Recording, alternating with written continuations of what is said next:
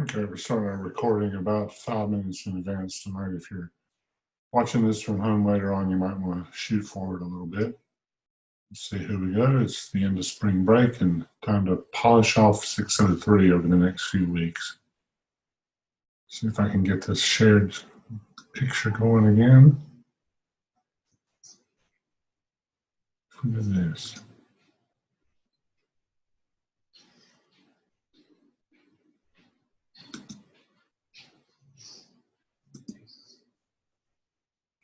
Okay.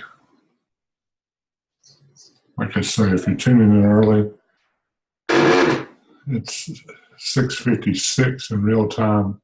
We won't start our meeting for about 4 minutes if you want to jump ahead on your Zoom audio or videotape.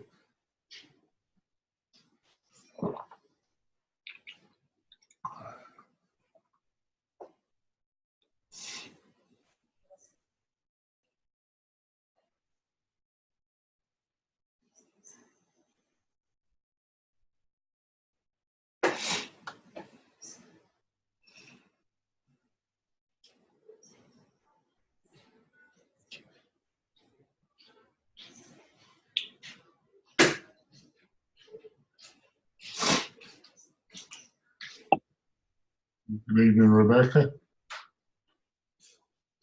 How are you?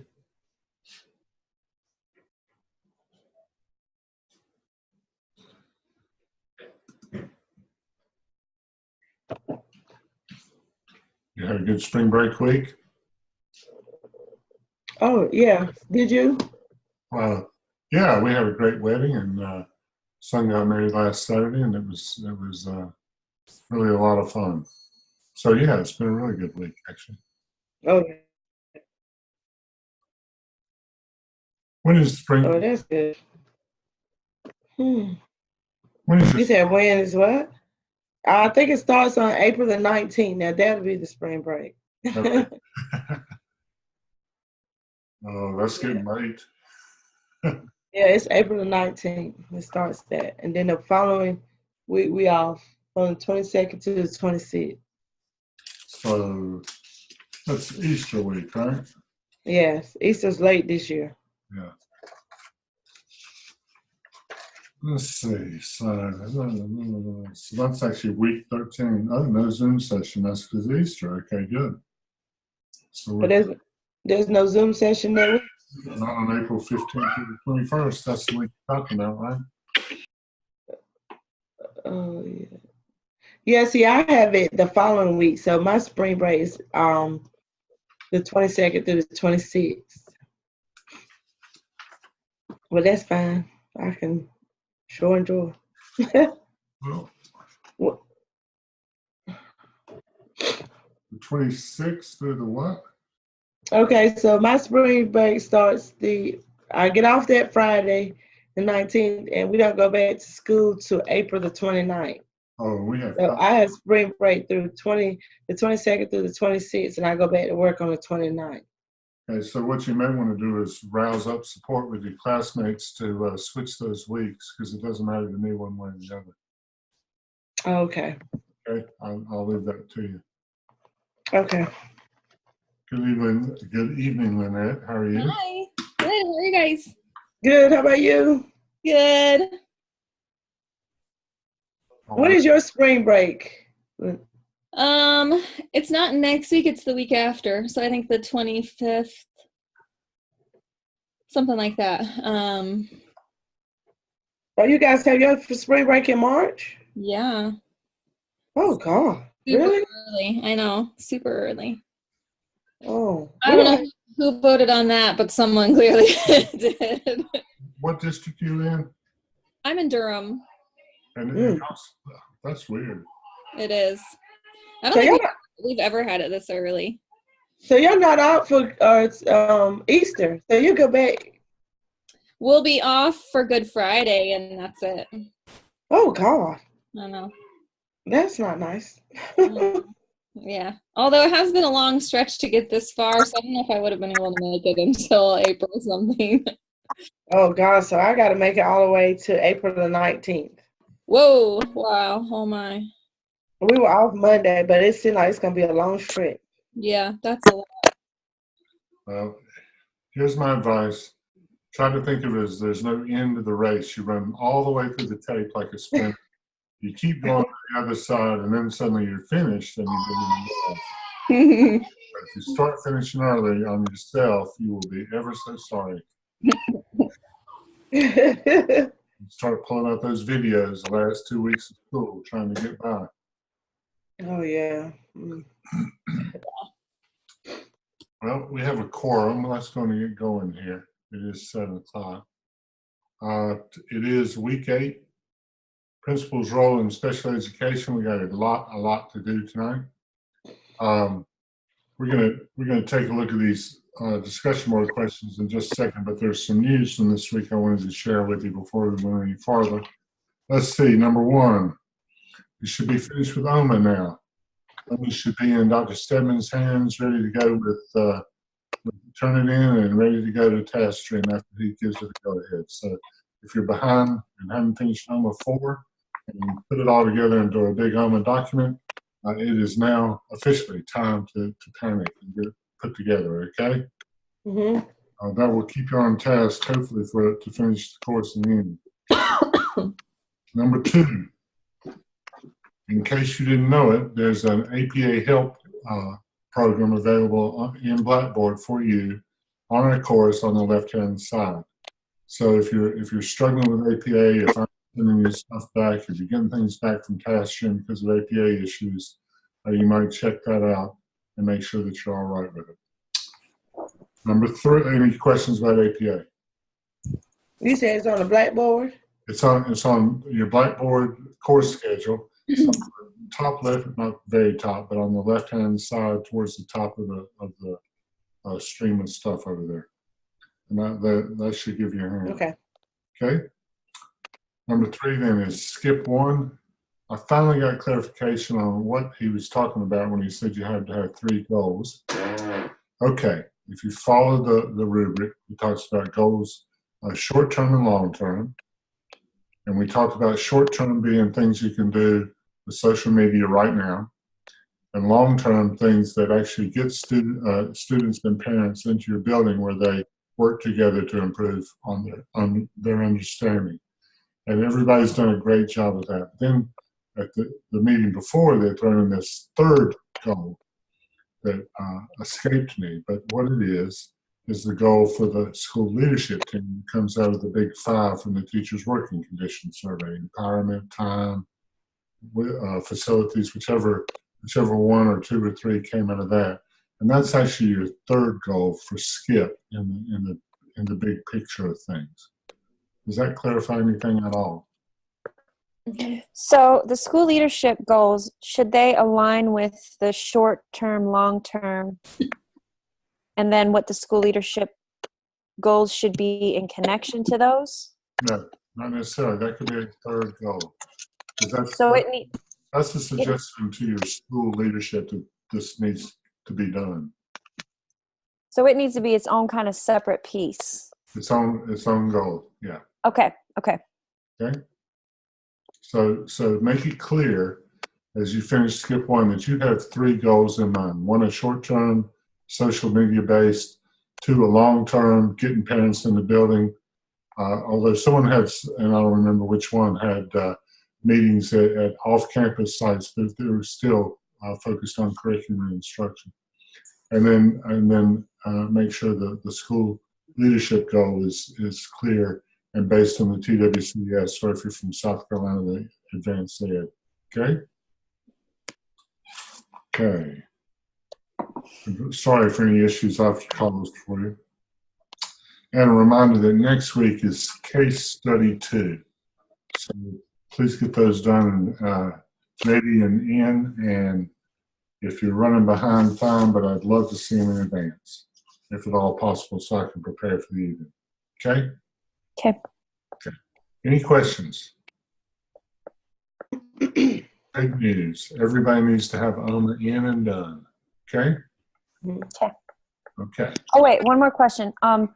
I couldn't find the Dropbox where we submit the screenshot from TaskStream. Is it I couldn't find it in either shell.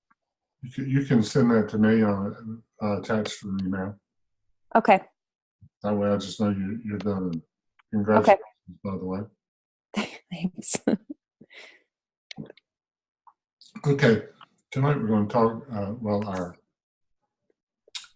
our discussion guide was attend an IEP meeting, and then interview the chair, a member of the intervention team, to go through the whole referral process. And the way I thought we'd structure it is I made some notes from both our reading and from one of the things that are on Blackboard for you to use. And hopefully we can use them to generate conversation about how things go at your school, okay? Whatever point we can, and we'll. So, first question, can you see the response intervention that's on my screen? No. Schedule. Figured not. Okay, let's try this.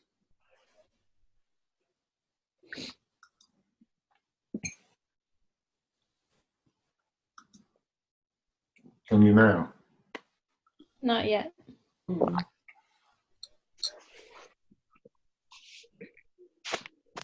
Okay, let me try again.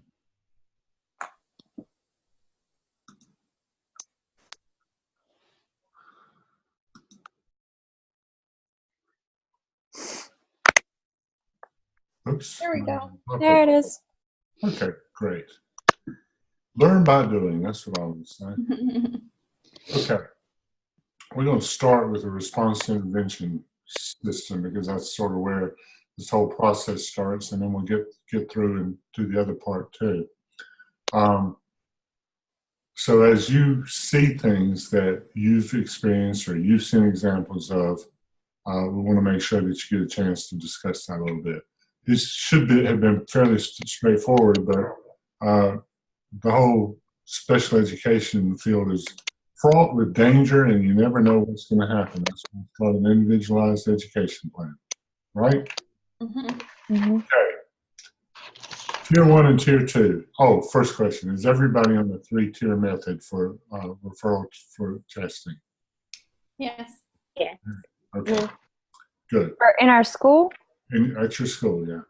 We don't have a 3-tier method. We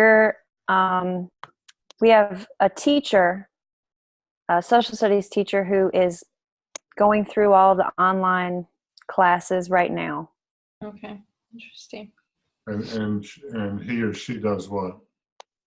She does these online classes where she has to watch videos and answer questions, and then I think she's gone to maybe 2 in-person meetings about it. Lordy, you haven't had anybody referred for anything? No. Well, I'm at the early college high school, and we have like a SSMT. Mm-hmm. And if a student is at risk of failing, usually it's for mostly college classes because college classes are on their transcript for life. So usually if they're failing a college class, then they're referred to SSMT, and it blossoms from that. Okay, did you ever get anybody found eligible for services, exceptional children's services? Not in my experience. I've been there for 3 years, and we haven't yet. The kids who come in with EC services, we just continue to, do their annual meeting and update their IEP, but we haven't had any referrals since I've been there. Your population maybe just doesn't. So different. Right. We have 2 EC kids at the entire school. Right. So you keep their IEPs going. We're way off task now, but you keep their IEPs going without. Okay. Yeah. Okay. Someone's walking a tightrope there. Let me just say that. Switch to the school administration if someone comes up lame. Whew. Anybody else have any statements about Tier 1 and Tier 2 interventions? Mm-mm. Are you provided like lists of them in your schools or in your districts, things that could be considered tier 1 and things that could be considered tier 2? Yeah, we are. I know it's on our team drive. We have an MTS coach, so everything is provided on the team drive for the staff. If you have any further questions, you can go to her concerning that. Okay. Yeah, we have a teacher that started the referral process for one student, and it's definitely a lengthy process. And she was struggling with the process, the first stage of just getting the parents' permission. We had set up many meetings for the parent to come to review everything, to sign off, but the parent never showed up to the meeting. So the teacher and the school counselor had to go during school on her planning to do a home visit to get the permission. Well done, because that is what they should have done. You go to any lengths imaginable to try to keep parents involved.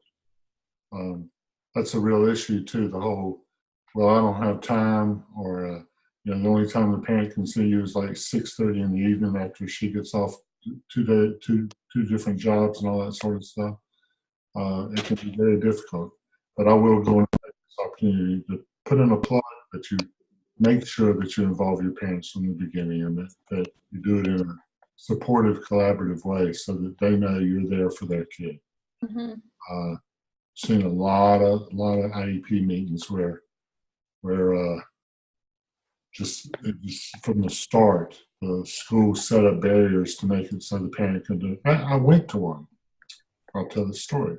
My son has issues with attention deficits, and he was on a 504 at his high school, and there was some question as to whether we should have him assessed for other things.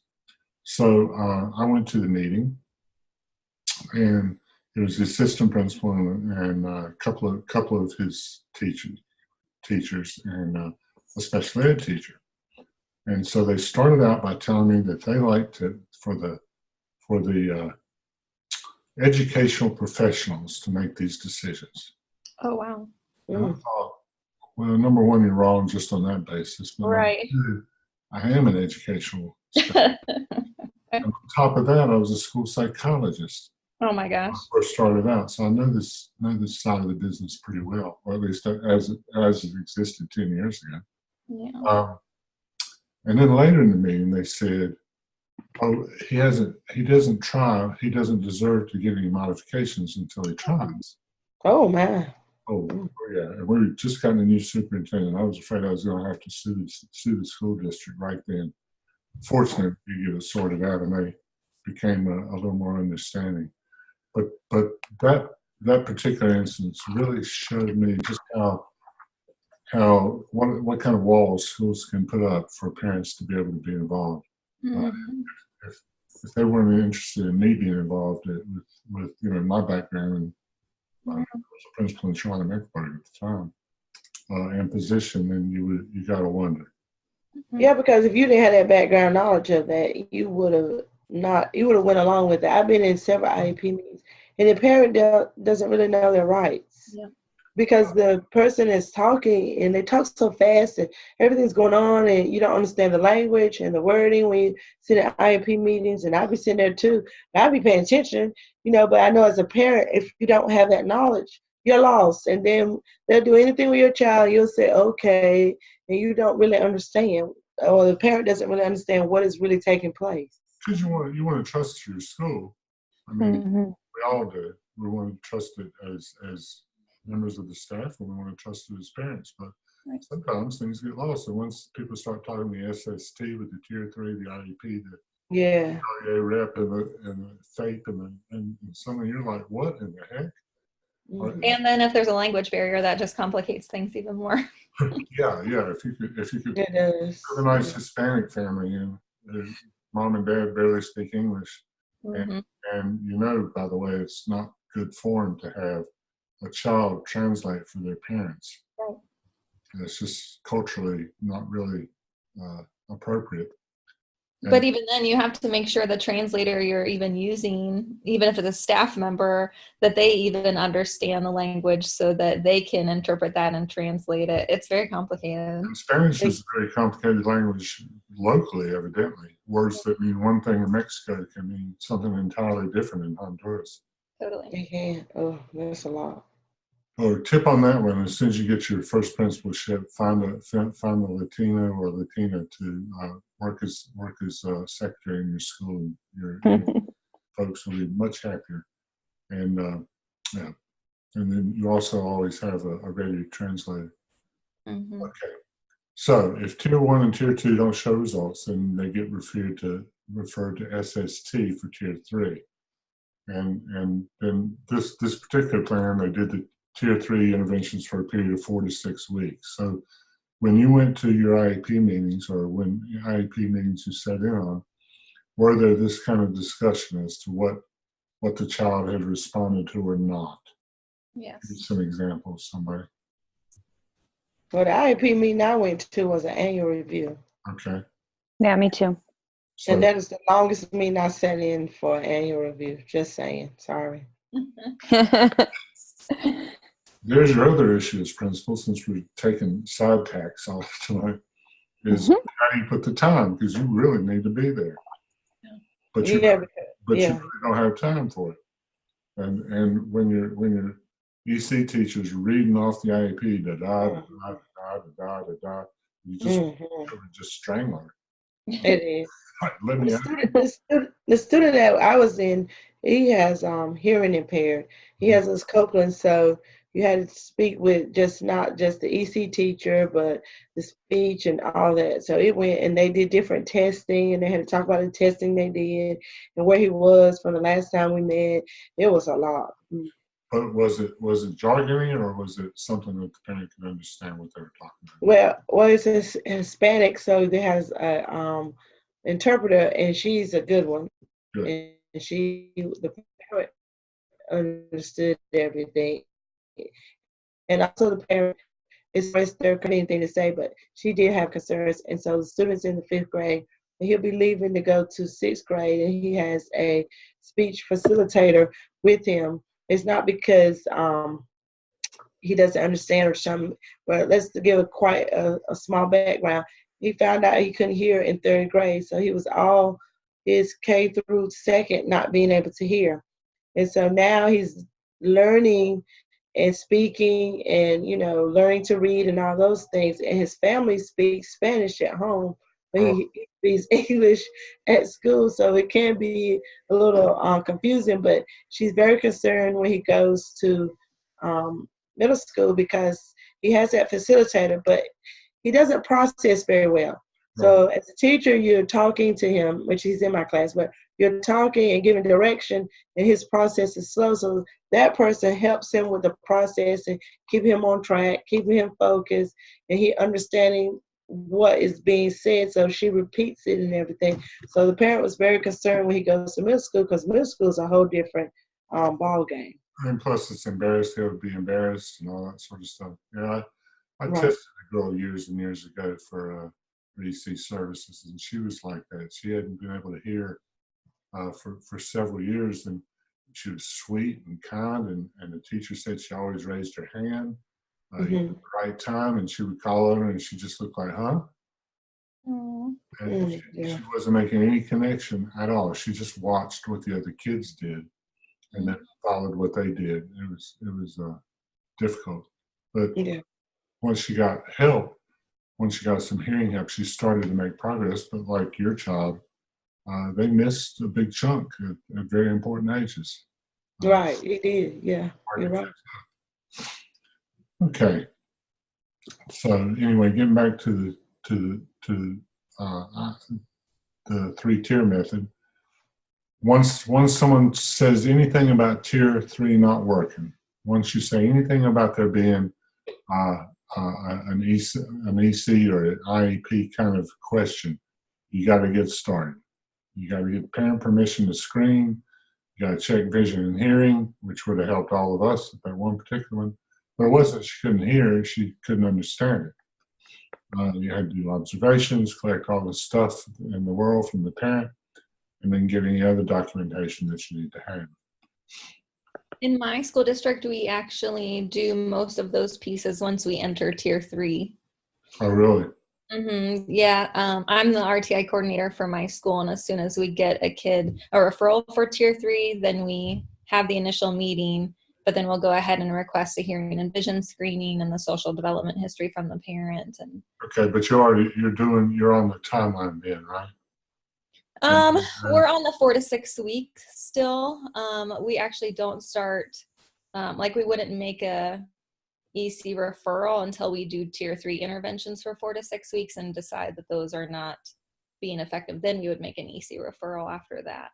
So do you have set suggestions for teachers that come to you? What is tier 1? What is tier 2? What can I do? What is tier 3? Yeah, we do. Kind of like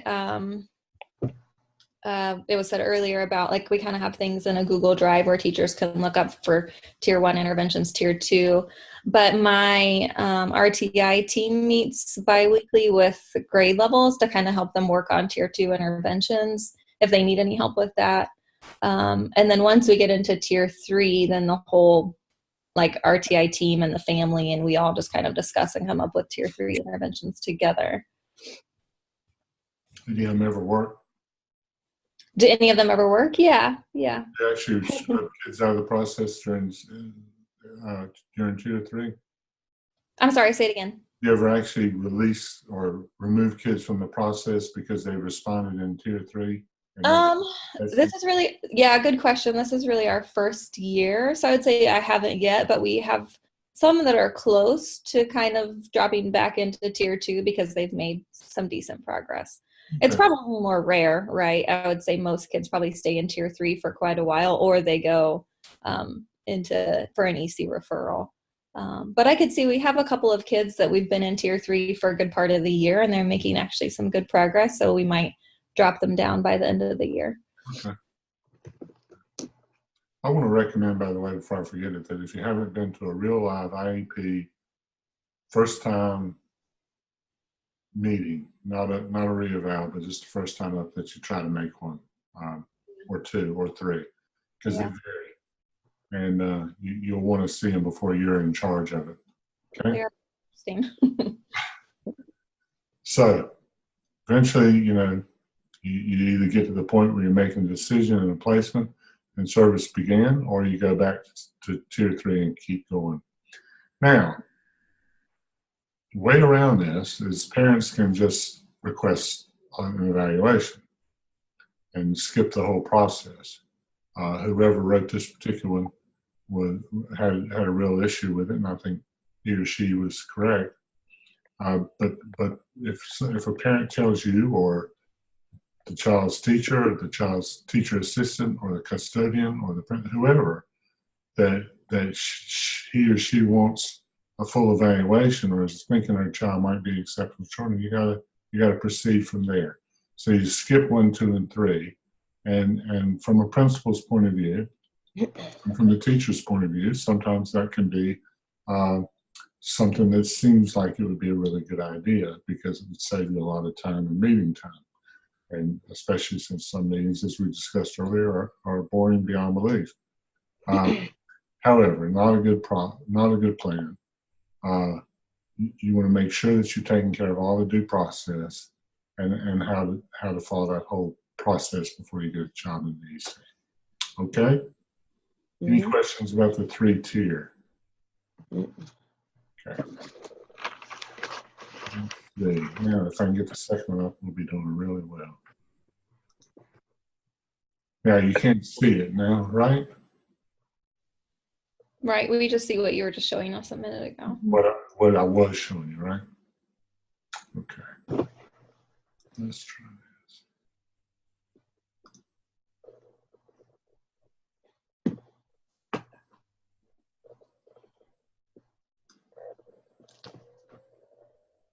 Okay.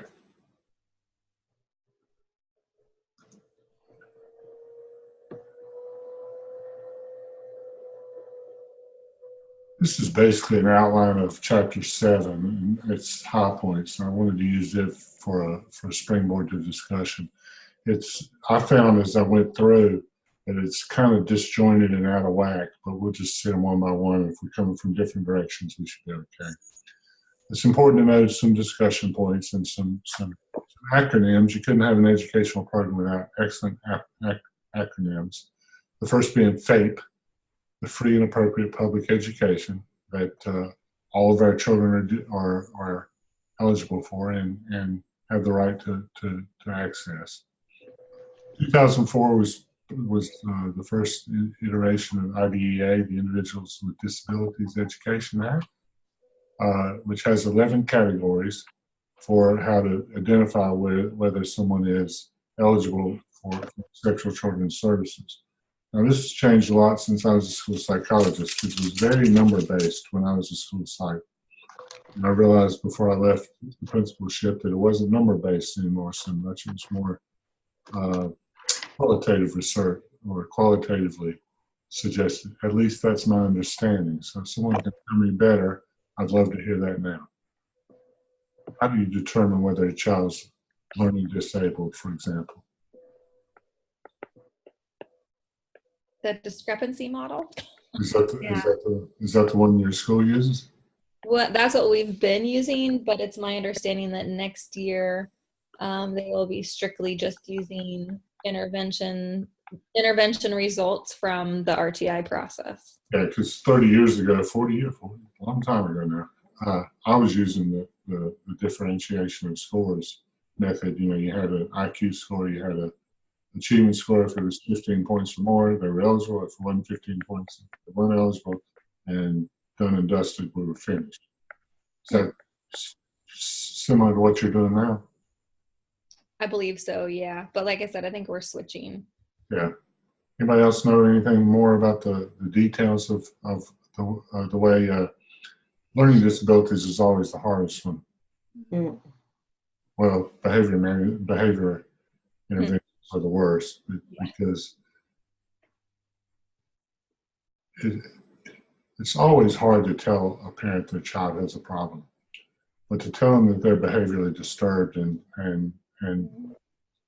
know that that's really tough. No way to really sugarcoat it.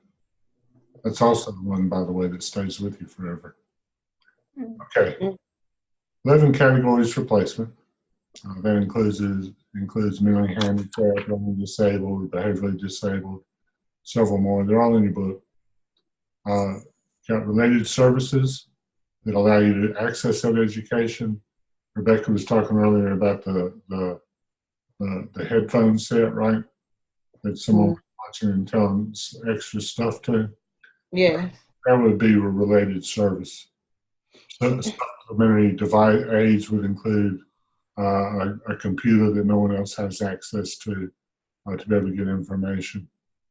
Modifications to things might be adaptations to materials. You might get a large print book at the lower grades.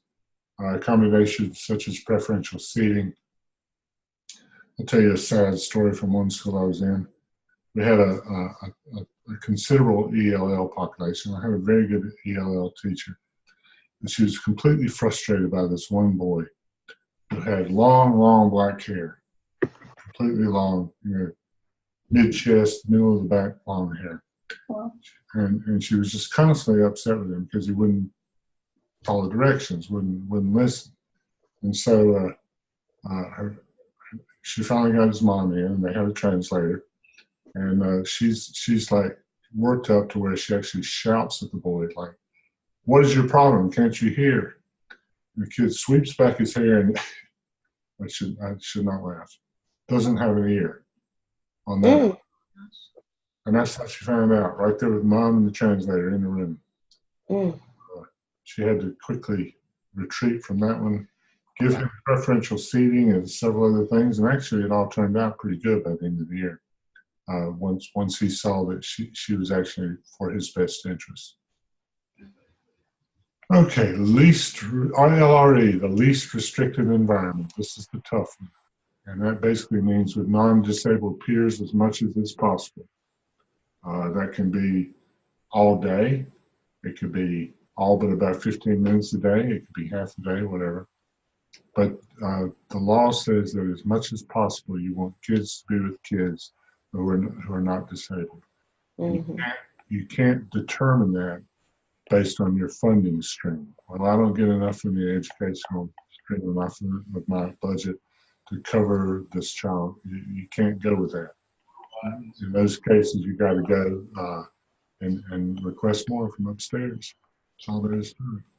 On that subject, this is one of those areas that when it's your turn to be in charge, it is not a bad thing to ask questions. It's not a bad thing to say, I don't know what to do with this, boss. Tell me how to handle it. Because you want as many people as possible trying to figure out how best to approach a child's learning needs. Okay. Due process rights. The parents and the child have all kinds of rights. They have to be explained to the parent in their native language. They have to be given to them written in their native language. In Mecklenburg, we had about 40 different languages translated in place for that. Don't know about your individual districts, but we had a bunch. Then you got to determine eligibility services under IDEA.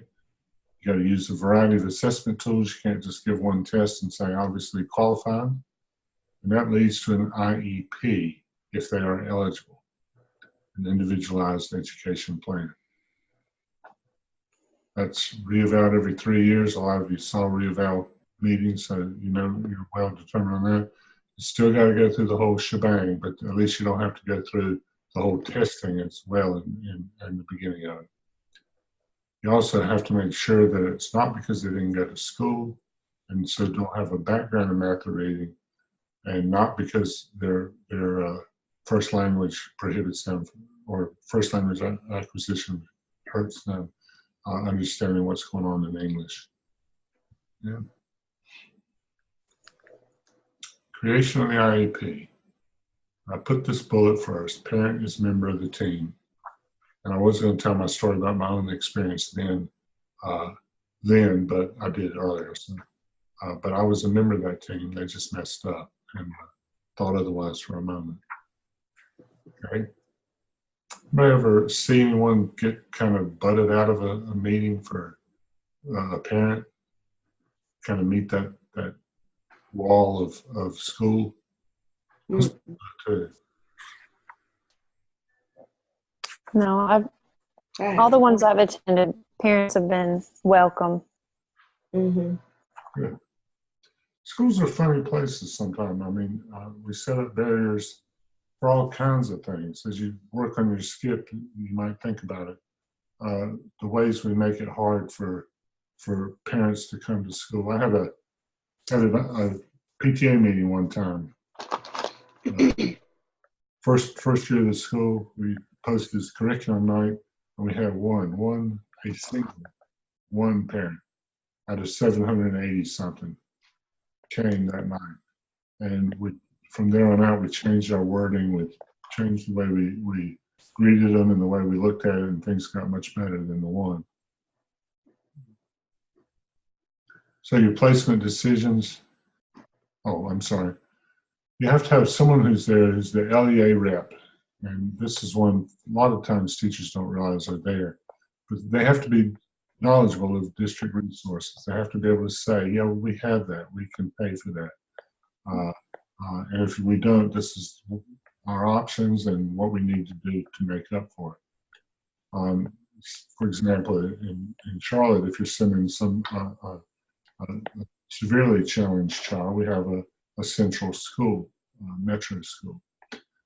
And so it's available if your child is challenged enough. Some people don't want their kids there, some people do, but the options are there.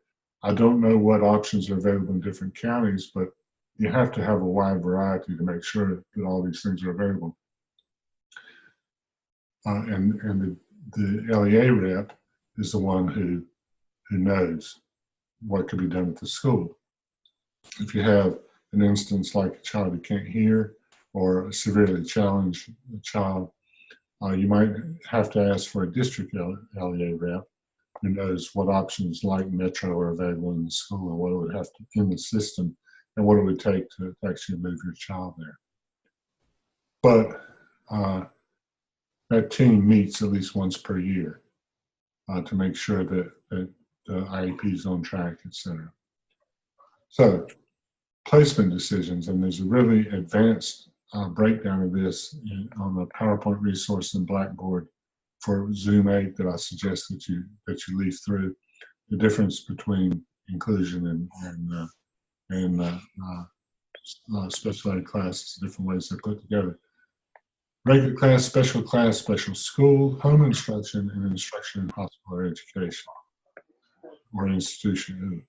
Left the wrong word, scratch through that, put institution. I mean, for example, we have schools in jail. I've had Gardner Webb candidates who taught in the jail, actually, which is really a creepy place to go visit. But it's out there, and kids deserve the best we can give them. Okay. You got to give notice, written and verbal.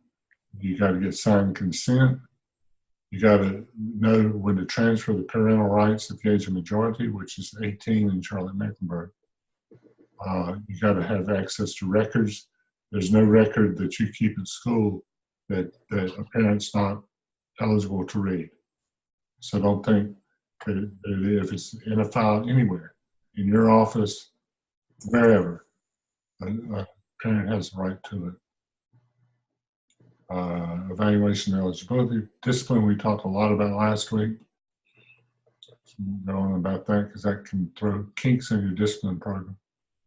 IEP procedures, surrogate parents for those who are homeless, and how to appeal. Any questions about any of those? Okay.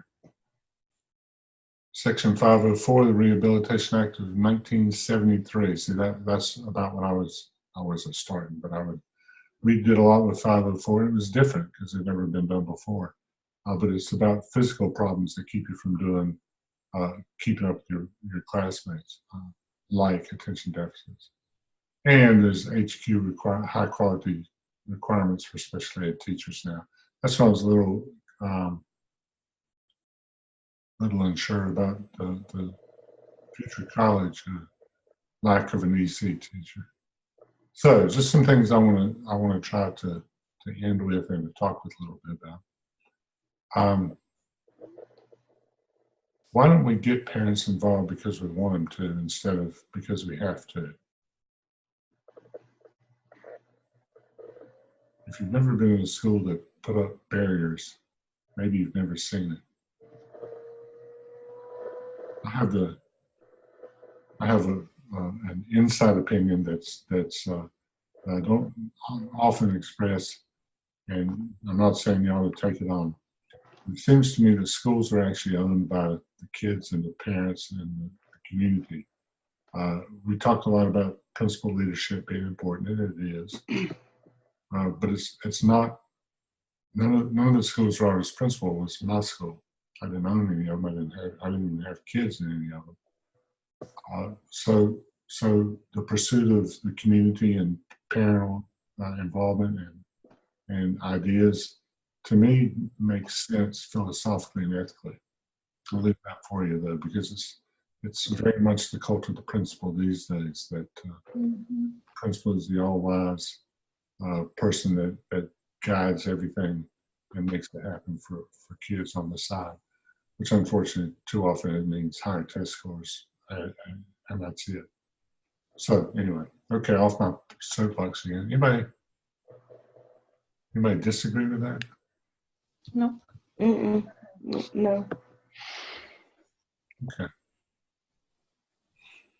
What if we thought about every kid as if he qualified for services? Would that make you can reconsider not student assessment, student discipline, instruction in schools, the way we use our staffs in schools, the way we schedule? What do you think? If we individualize for everybody instead of having that feeling of we're pushing them out into the EC department. Yeah, I think that's a big cultural thing. At least in my experience, a lot of teachers think, "Oh, okay, well that kid is an EC student, so kind of I don't really have to worry about them as much anymore." And therefore, it's this huge difference. Mm-hmm. It's not. I mean, it's little differences. Right. Mm-hmm. How would it change your discipline, you think? I mean, I was thinking about Bobby and his uncle and the baseball player and how we reconsidered what we might do if he was homeless. What if we had just thought of everyone as EC when it came to discipline and did everything we could do to keep them in school instead of throwing them out? I would hope or assume there would be maybe more collaboration. Mm-hmm. Because I feel like with EC kids, at least the parent come like at least for the evals and all those pieces, like everybody's coming together and talking about that child. So if everyone kind of had that perspective on all kids, then maybe there would be more collaboration. Mm-hmm. What do you think teachers would say? They might not like it. Yeah. What's that? Mm. Oh, speaking of discipline decisions, Nikita, did you come back with the one on our cyberbullying? Oh, yes. So they did do, they took statements from everyone and found out the source, called parents and contacted parents. And these students were actually some repeat offenders of other discipline things. So they actually got suspended, 3-day suspension. Oh, wow. Now, what if they had been EC? Or Oh, what? no. That'd have been a whole different case. You have to determine if it's a manifestation of their disability. That's right. Right. So, But if it's not, though, they could get a couple of days. Oh yeah. Yeah. you're done. Once you hit 10, you're done. So you don't want to use them up too easy. Right. Yeah. And that's a statement that. Tried out and they're back to school the next day. Yeah. Got to play your cards right. Yeah. Okay. This is I know at our school, we had EC teachers that worked closely with the English language art classes and the math classes, but they do not work with social studies and science or even elective teachers. I know some teachers have had, wanted support for EC students, kind of like how math and ELA teachers had, just to kind of like be able to help the student and provide the extra support that they needed in their classrooms. We'll just have to learn to teach a more important subject, won't they? Sarcasm now. Yeah, it is an ongoing concern, and push it and pull it out. When you get a team, when you get a classroom teacher and an EC teacher who really work well together, you can really get stuff done. Unfortunately, it's not too often, and they tend to shut out. And one goes on break while one teaches and then switch off. Unfortunately, our EC teachers get pulled a lot. Not a lot of people are wanting to sub, so unfortunately we have a position open. Sometimes our EC teachers get pulled, the inclusion teachers, to go cover that class for the day. There's another tightrope someone's walking, because, boy, if my child's in that class and supposed to have the EC teacher and not getting it, the principal's going to hear about it. And the open position's his problem, not mine. You know what I mean? Mm-hmm. Yeah, he or she doesn't have a real good leg to stand on. I hope that comes up with something. You trying to hire somebody? Is he trying to hire somebody? No, these are just like a teacher gets sick. We have little ones that they get sick. You just can't get a sub in. Your kid gets sick at 5 o'clock in the morning. You're trying to call a sub in. You can't find someone. We're just doing the best we can. And sometimes the EC teacher gets pulled to go cover for the day. Oh, wow. Tis. Well, I never had that happen. Do they make up that child's hours that they missed? just let me recommend everybody not the best approach to that problem. Even if you have to split classes and shift them to other grade levels, to other grade level teachers, or fill with people on planning time, or whatever. But I definitely wouldn't use my EC teachers as subs. Mm-mm. Now, if they're paired with someone and that other someone is out, then they can take the class over but that's all right. But just to be pulled for subs is And it's different. but like we've said all along, you do what you can do where you are, and you make sure that you ask questions and that your boss knows what issues you're facing, and that your boss is giving you permission to do things like that, and he may have it. But don't be afraid to say, I don't know what to do. Oh, there's a new person. What's his name? This is Beckham. Hello.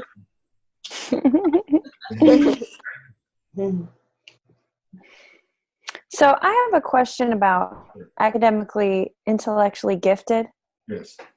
Is that process similar to this process of testing and referrals? Yeah, and it's not nearly as complicated. It's usually kids are just doing real well, and there's some kind of observational system. Used to be the same discrepancy system was in place. You had to have an IQ of, I think it was 130 minimum, maybe 115. That's one standard deviation from the mean, plus 12 average on testing to qualify. But different schools use different techniques. I was principal of a magnet school in Charlotte that was gifted. The first year I was there, not that I destroyed its giftedness afterwards. We changed our student body. Anyway, the teachers used to say that gifted students were some schools were more gifted than others. The schools that fed into us. So some of the schools where you don't see a lot of really high-end kids, someone can really stand out who for you is way above the norm, but for the gifted norm is not. And that gets a little funky in some places, but mostly it's the same process flipped over. And then when they go into secondary school, middle school, and high school, they just use honors classes and things. It's not a differentiated sort of situation. You don't get an IEP. You get group EP, which means we're going to have this itinerant teacher in elementary school usually, and we'll have an honors track or an advanced track in middle school and high school.